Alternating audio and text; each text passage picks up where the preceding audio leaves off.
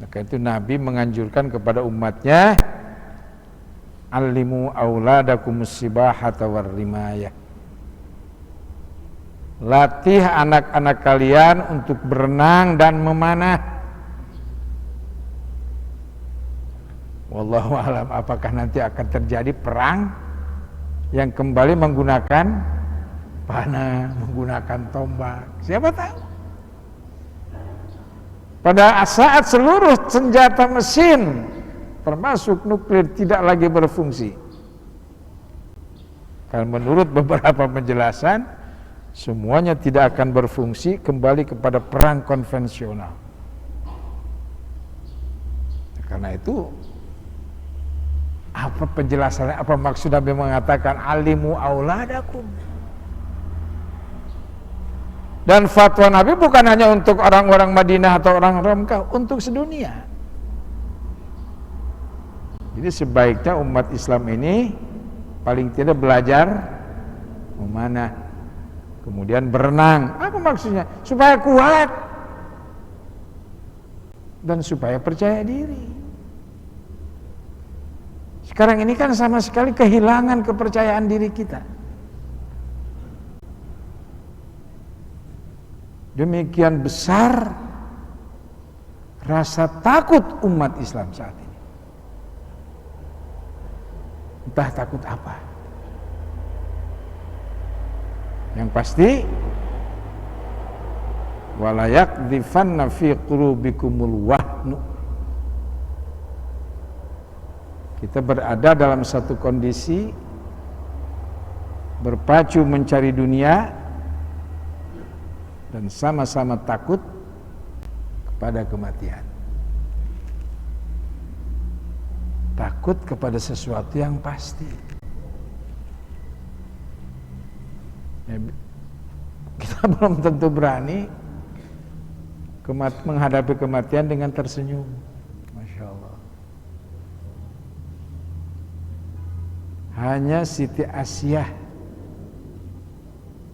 yang tersenyum ketika akan dieksekusi. Siti Asiyah siapa? Istri Fir'aun. Wanita ini luar biasa.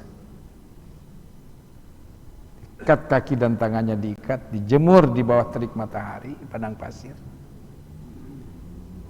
Dia masih bisa tersenyum dan berdoa, Rabbi ibnili indaka baitan fil jannah wa najjini min fir'auna wa amalih wa najjini minal qaumidz zalimin. Kata Siti Aisyah, ya Allah, bangunkan sebuah rumah untukku di surga. Selamatkan aku dari tangan Fir'aun. Selamatkan aku dari tangan orang-orang zalim.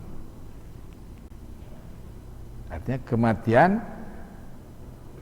secara mengerikan, dijemur sampai mati, atau dibunuh sampai digantung. Siapa itu? Said Qutb, seorang ulama besar, digantung oleh Presiden Jamal Abdel Nasser Mesir, hanya karena berbeda pendapat. Tapi apa yang dia lakukan? Ketika tali gantungan sudah ada di leher, biasa kan ditanya, permintaan terakhirmu apa? Beliau hanya mengatakan, wallahi ma da'awatu tuhzamu bil adab wa fit tarikh barra yamin. Demi Allah, kata beliau, dakwah tidak bisa dihentikan hanya karena menyakiti aku. Sejarah akan mencatat bahwa tidak akan ada kekuatan yang mampu menghentikan dakwah. Malah beliau menantang ala yadaya, do'il qida ala yadaya. borgol tanganku. Lan tastati'a hisara fikri, tidak akan mungkin melepas, mencabut pemikiranku. Beliau mengatakan selanjutnya, al-imanu fi qalbi wa qalbi,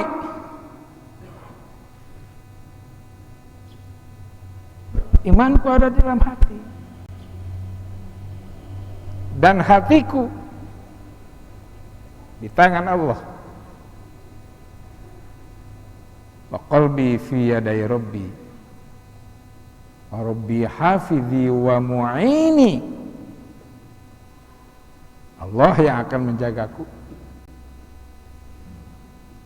Akhir bait syair yang beliau sampaikan, sa'aishu mutamassikan bihabli aqidati wa amutu mubtasiman yahya dini. Kata beliau, aku akan hidup terus bertahan dengan keyakinanku dan aku akan tersenyum menghadapi kematianku. Masya Allah. Jadi tersenyumlah orang-orang yang dizalim karena mempertahankan keyakinan.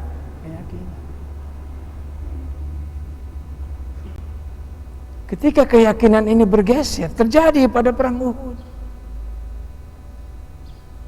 Pada saat pasukan panah yang ditempatkan oleh Nabi sebanyak 50 orang, melihat seakan-akan umat Islam di bawah, itu kan di Gunung Uhud, sebuah gunung kecil.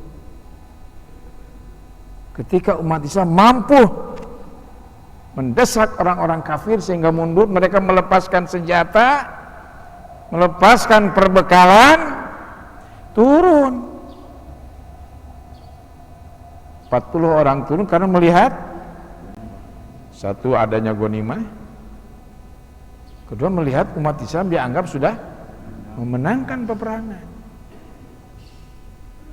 Ketika mereka turun, Khalid bin Walid yang pada saat itu masih menjadi panglima kafir, dia naik ke atas gunung dan menghantam dari atas.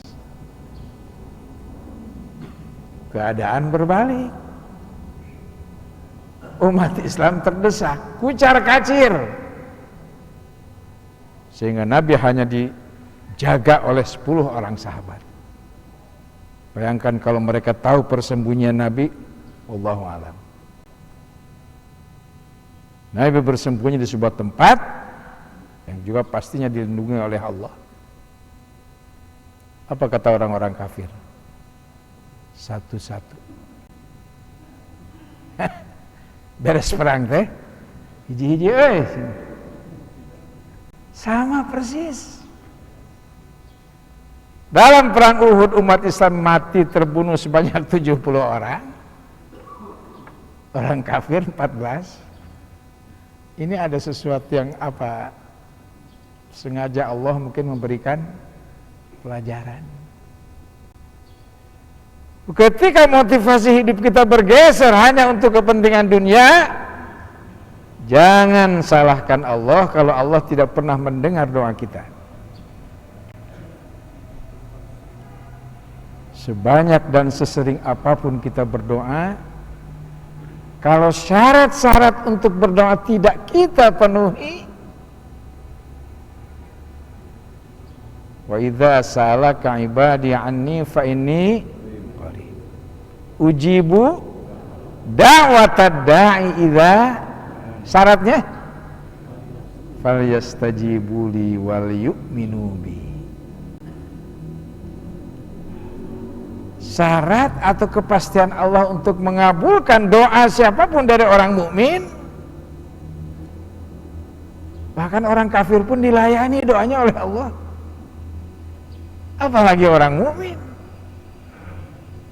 Kata wafal yastajibuli, istajaba yastajib, mustajab itu apa? Wah, obat ini mustajab, manjur. Kata Allah, mintalah kemanjuran hanya kepadaku. wal yu'minu bi. Mereka juga harus beriman. Doa yang tidak disertai keimanan moal dikabul. Nah, sebabnya sungguh tunggu ngomong. Tidak sampai. Ketika kita berdoa, mulut kita berdoa, hati kita juga berdoa. Bahkan ketika Allah melihat hambanya menangis pada saat dia berdoa, Masya Allah, Allah akan membelai kita. Jadi seakan-akan kita berada di hadapan Allah dan Allah berdiri di depan kita. Pada saat sujud kita minta kepada Allah, dan tangisan yang terjadi karena berdoa itu akan melewati pipi kita.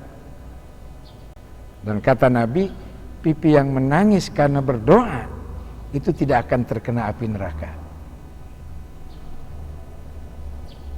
Jadi kalau berdoa, berdoalah. Ud'ullah wa antum muqinuna bil ijabah. Fa innallaha la yastajibu du'aan min qalbin ghafilin lahin. Yang kedua kata Allah, wa innaka la'ala khuluqin. Nabi memiliki akhlak yang, kalau akhlak terpuji, kira-kira bahasa Arabnya apa? Mahmud, ya. Tapi ini azim.